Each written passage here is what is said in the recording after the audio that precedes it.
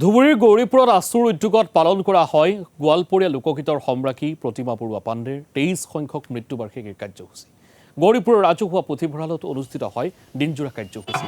প্ৰয়াত শিল্পীগৰাকীৰ আবক্ষ মূৰ্তিত মাল্যাৰ্পণেৰে শ্ৰদ্ধাঞ্জলি জ্ঞাপন কৰে ধুবুৰী জিলা আছু নেতৃত্বৰ লগতে অন্যান্য দল সংগঠন আৰু গৌৰীপুৰ ৰাজ পৰিয়ালৰ সদস্যসকলে নাম প্ৰসংগ আৰু শিল্পীগৰাকীয়ে কণ্ঠদান কৰা লোকসংগীতেৰে প্ৰতিমা বৰুৱা পাণ্ডেক কৰিলে বিভিন্নজনে।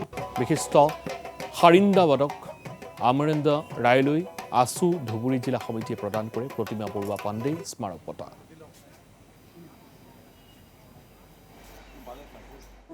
তেইছ সংখ্যক মৃত্যুবাৰ্ষিকীত মই মোৰ আইতা স্বৰ্গীয়া প্ৰতিমা বৰুৱা পাণ্ডেলৈ মই মোৰ সশ্ৰদ্ধ প্ৰণাম জনাইছোঁ।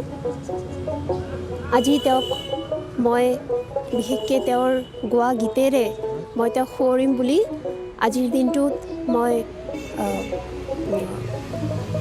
যোজা কৰিছোঁ।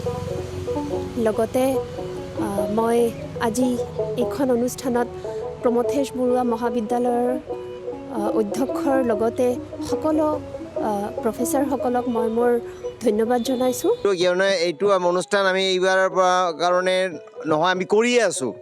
আমি যেতিয়াৰ পৰা এই কলেজত অনুষ্ঠানটো পাতি থাকোঁ, আমাৰ এইটো বাইদেউৰ এই দিনটো আমি সদায় স্মৰণ কৰোঁ, আমি শ্ৰদ্ধা জ্ঞাপন কৰোঁ।